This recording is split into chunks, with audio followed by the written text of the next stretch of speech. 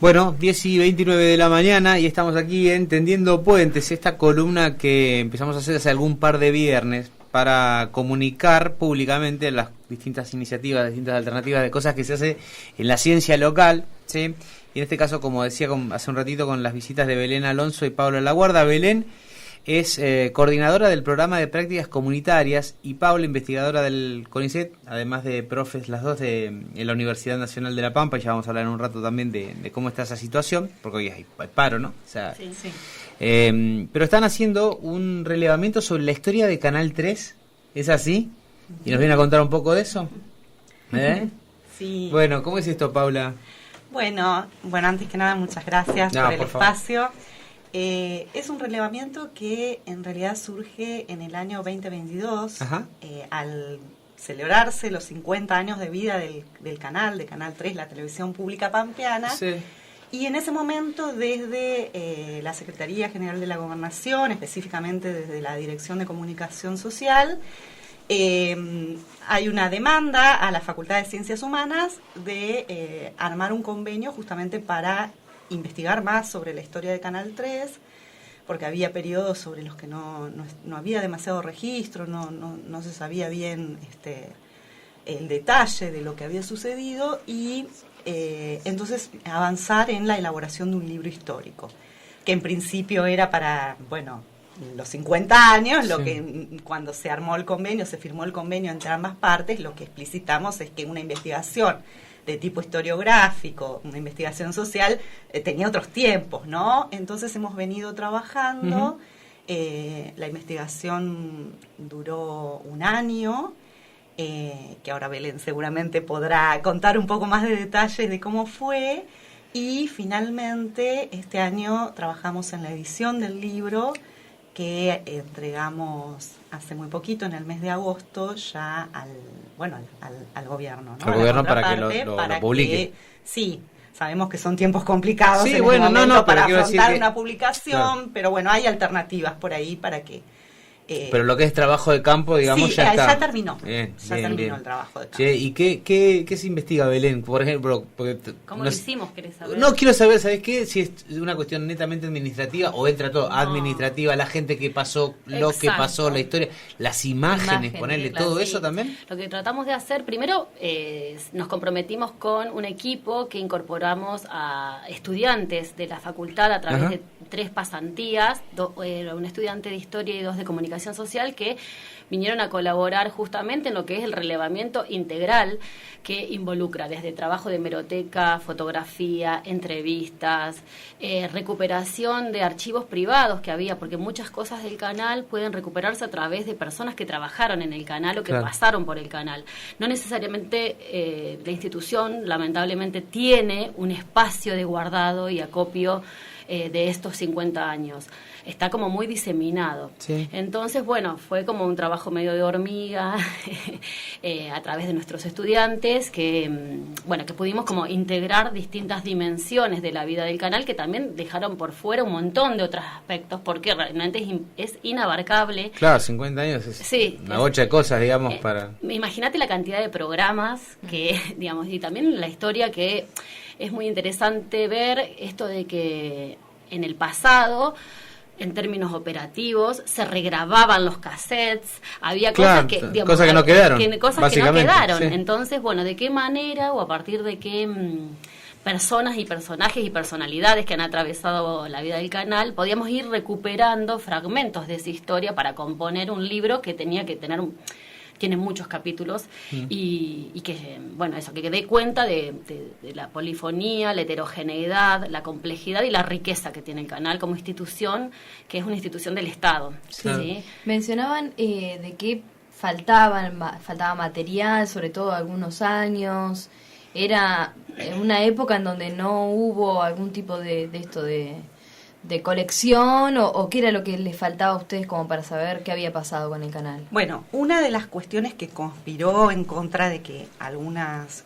primero el canal, esto que decía Belén, tiene un lugar donde deposita material, pero no tiene un archivo propiamente dicho con tales características.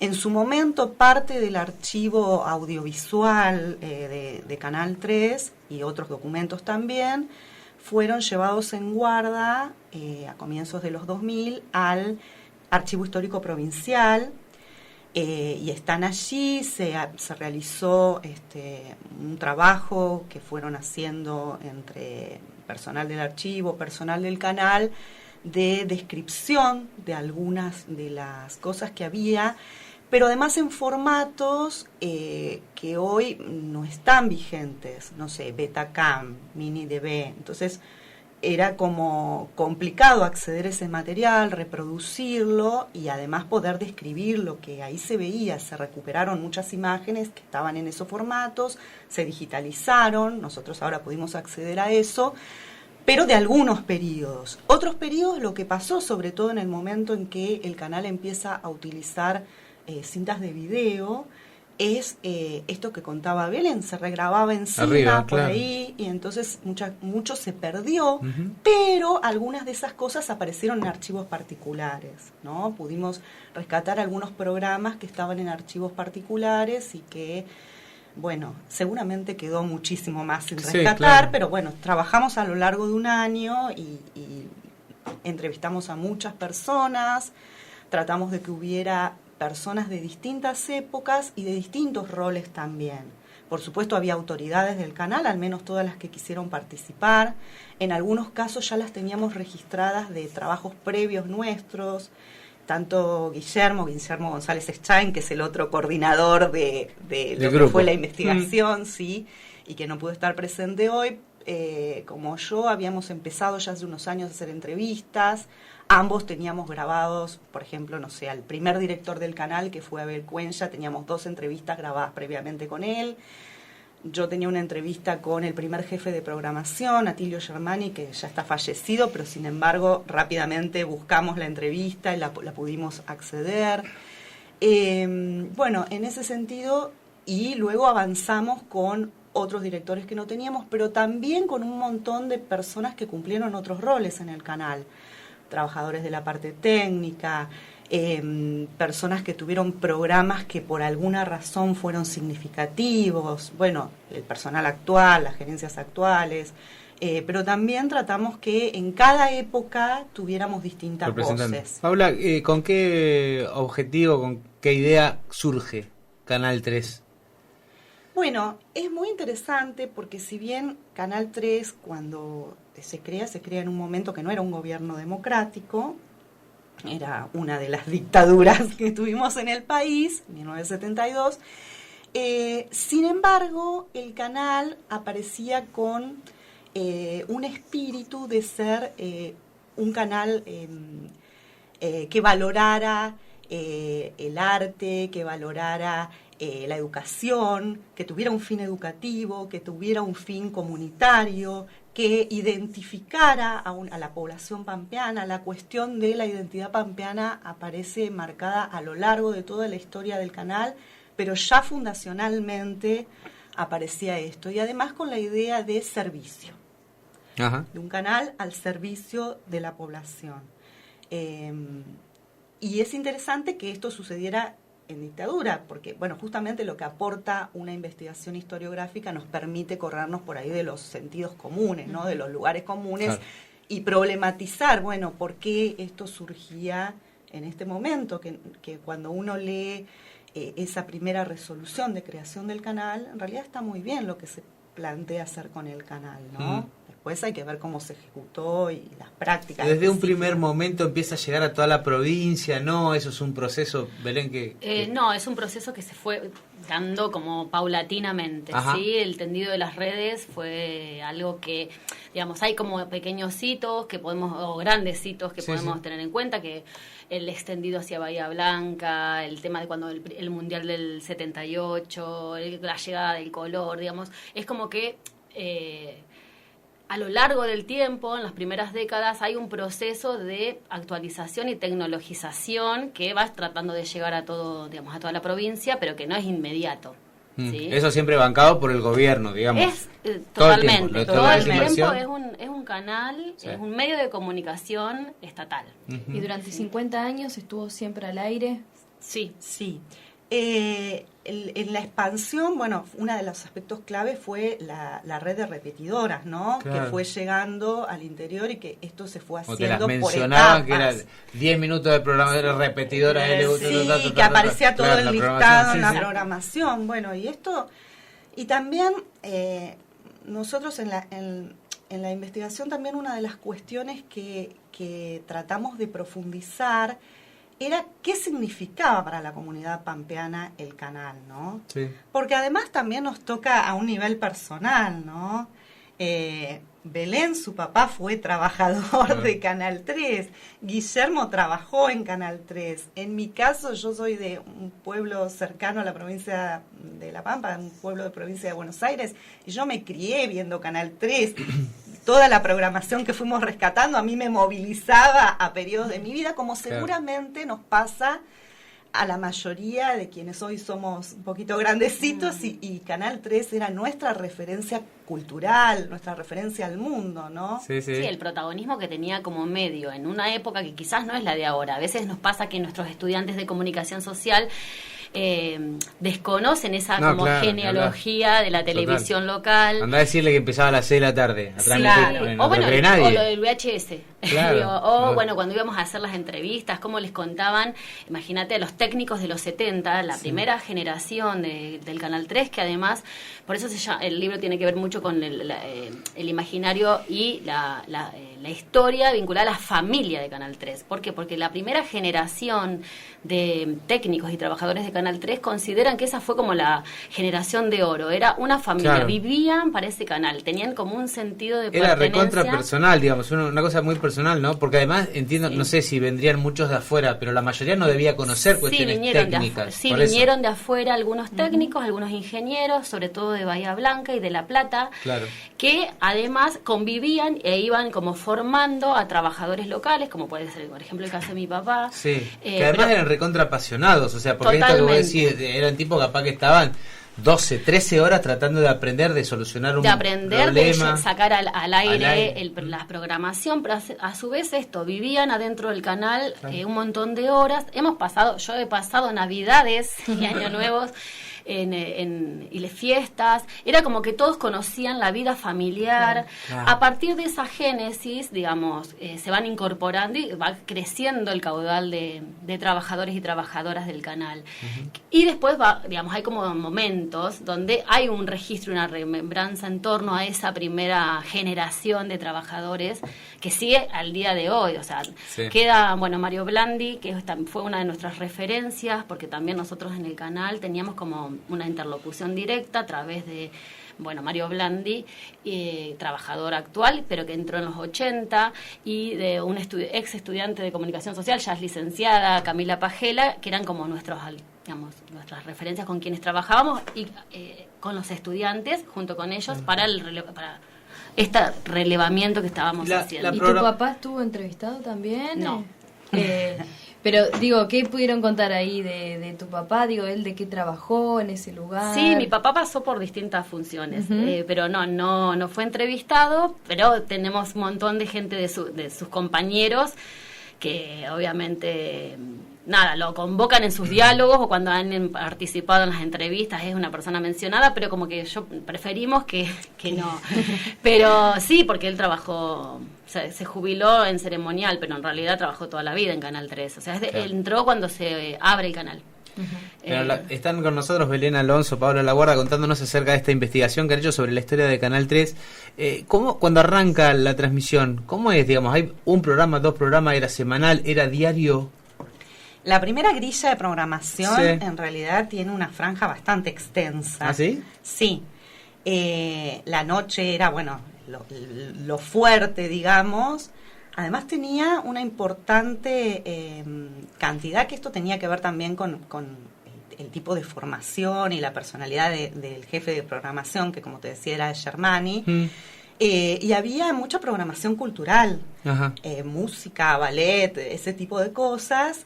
que bueno, en el libro aparecen como distintas anécdotas sobre esto, ¿no? De que la gente quería más entretenimiento también, entonces después algunas cosas fueron cambiando. Los Jales con la ópera, Germán. Claro, después algunas cosas fueron cambiando, pero bueno, es como esa primera programación en realidad cubría programas de distintos tipos. ¿Y horas, por supuesto, Paula?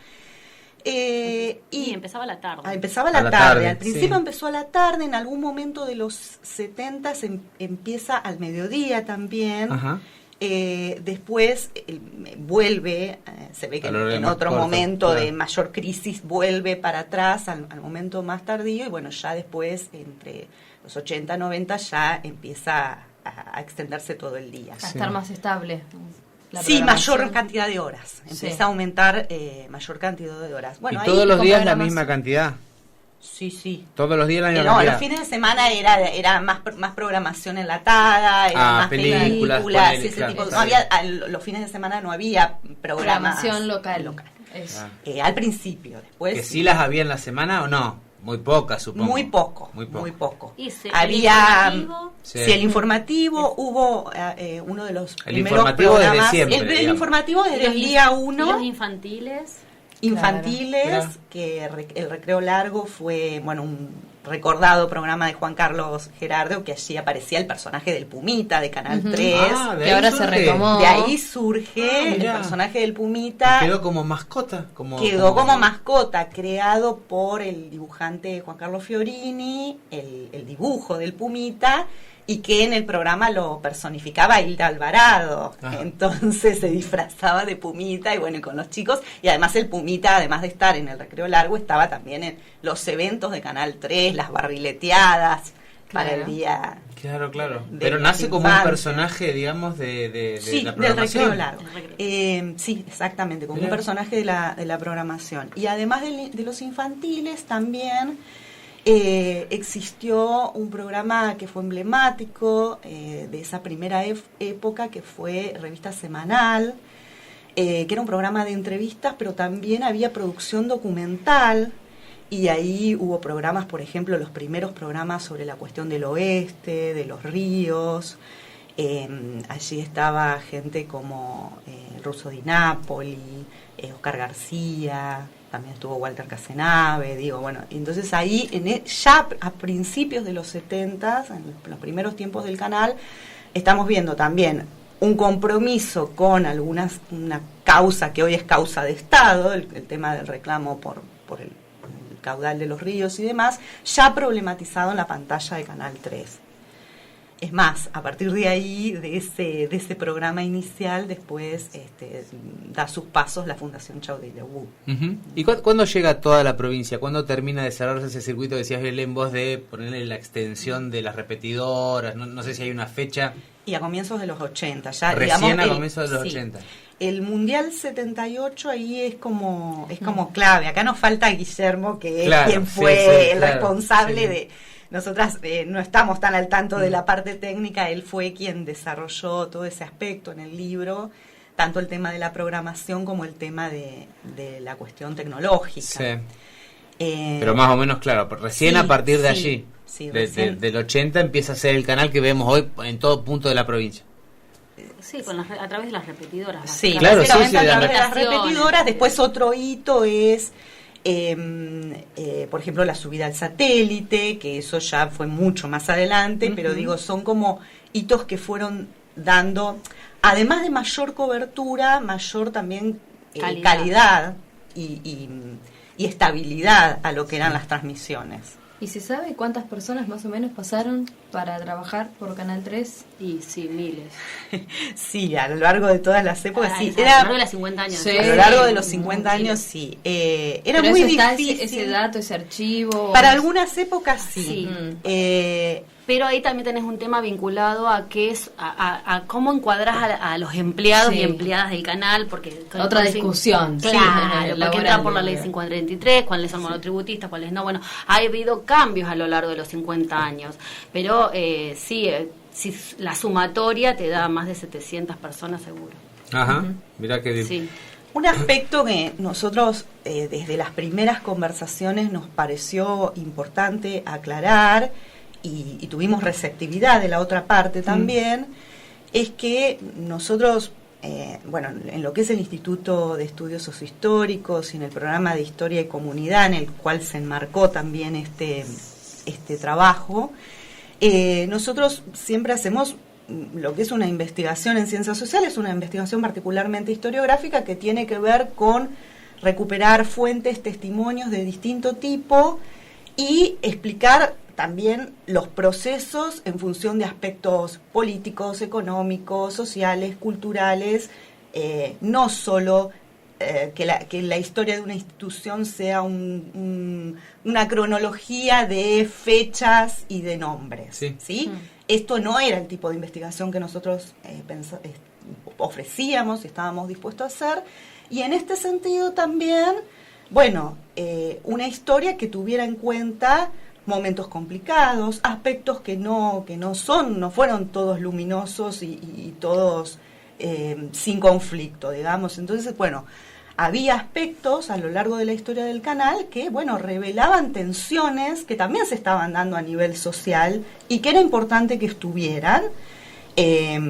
Por ejemplo, en los 70 aparece la cuestión de la censura, que efectivamente el canal fue un foco privilegiado. A ver, el propio Camps, que estaba a cargo de la subzona 1.4, sí, la de acá, aparecía en el canal y supervisaba cosas, ¿sí? Entonces, a partir de los testimonios, esto fue apareciendo, encontramos, referencias en distintos tipos de fuentes, pudimos documentar programas, personas, ¿no? Y esto está en la investigación, está documentado. Todo lo que está en la investigación está documentado, ¿no? Qué interesante. Bueno, y justamente nos escribieron al 2954-3640-53 a Radio Nacional Gloria Cecilia Peralta. Estoy reviviendo mi niñez con el relato de la historia de Canal 3. Qué gente importante trabajó en él. Era hermoso esperar la señal de ajuste, esperar los programas. Y también que mencionaban justamente que le entregaron este trabajo al gobierno provincial. ¿Tienen idea ustedes si se va a poder, o ustedes desde el estudio, poder verlo de forma online, si lo van a distribuir, si es solamente una cuestión del gobierno que va a hacer con el trabajo? Digo, porque estamos todos reviviendo la niñez, en una de esas no, podemos leerlo por ahí. Sabemos que es una situación económica complicada y la provincia no escapa a eso, por supuesto. En realidad no sabemos qué posibilidades se están barajando. Varios de los últimos libros que hemos estado produciendo desde la universidad y algunos en conjunto con otras instituciones han sido online, han sido libros digitales. Por supuesto que se registran como libros y todo, pero han sido digitales por una cuestión de costos. Es muy caro publicar. Sí. Pero la verdad no sabemos. Nosotros, el convenio lo que estipuló es que nosotros entregábamos la investigación. ¿Que cuántas hojas llevó más o menos? Y 350 páginas tiene la Hay que hacer un libro después de eso. Sí. Pero seguramente si no es en lo inmediato, esperamos que en el futuro se pueda editar. Me parece importante también reconocer al conjunto de docentes de la Facultad de Ciencias Humanas que participaron en la escritura de los distintos capítulos, porque son todos docentes de comunicación social que han participado desinteresadamente en ser parte de este proyecto, que son muchos y muchas. Y ahora que mencionaban hoy al comienzo que por ahí había cuestiones de historia que no las podían encontrar, archivos, a partir de ahora se les recomendó, por ejemplo, cómo hacer un buen archivo de ahora para los 100 años, o se hace alguna recomendación. Nosotros no somos archiveras. Sí es cierto que todo lo que se fue recuperando, desde material periodístico, desde material audiovisual, las entrevistas que obviamente están dadas para el libro y veremos de qué manera pueden ser puestas en archivo. Todo eso queda a disposición, digamos, de eventualmente cuando la institución pueda tener su archivo y pueda volver a acceder a los materiales que ahora están en guardia en el Archivo Histórico Provincial, seguramente lo que aporta esta investigación va a sumarse a ese archivo. Y seguramente, bueno, desde lo que es el Archivo Histórico Provincial, ahí sí existen profesionales que van a poder dar herramientas para armar esto. Bien, bueno, estabas hablando de esta investigación, Paula, Belén, también decías lo de la colaboración de mucha gente de la facultad. Les pregunto, porque en este contexto de que se está hablando mucho del tema del financiamiento del sistema universitario, por ejemplo, una investigación de teniendo en cuenta lo que nos decía recién el oyente, de rememora parte de mi vida, porque nos pasa a todos. ¿Es posible, si no se financia la universidad, digamos, si hay restricciones presupuestarias, como el temita que estamos hablando ahora, por ejemplo, una investigación así es imposible, impensable?